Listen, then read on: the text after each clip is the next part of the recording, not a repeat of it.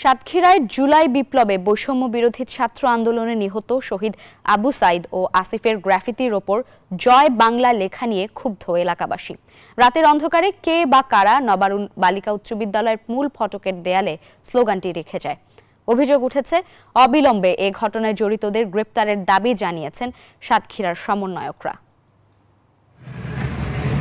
মঙ্গলবার দিবাগত রাতে কোনো এক সময় কে বা কারা সাতক্ষীরার নবারুণ বালিকা উচ্চ বিদ্যালয়ের মূল ফটকের দেয়ালে জুলাই বিপ্লবের শহীদদের গ্রাফিতির ওপর জয় বাংলা লিখে রেখে যান। সকালে বিষয়টি দেখতে পেয়ে ক্ষোভে ফেটে পড়েন এলাকাবাসী।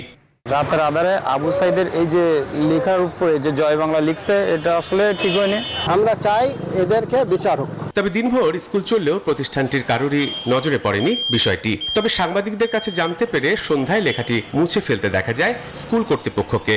এটা যে রাত্রিতে করছে, এটা গেটের বাইরে, আমার এটা গেটারতে ছিল না আর কি, কারণ আমি থাকি গেটের ভিতরে। নেটবেলা লেখার সুযোগ নিয়ে হয়তো রাতে কে বা কারা লিখছে বলে আমি মনে করি।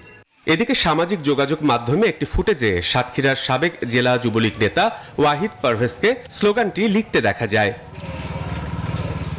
এ ঘটনায় জড়িতদের দ্রুত গ্রেফতারের দাবি জানিয়েছেন সাতক্ষীরার সমন্বয়করা। তারা আমাদের এই শহীদ ভাইদের রক্তের উপর দিয়ে এসে এই নামটি এখন, এই স্লোগানটি এখনো লিখে গেছে।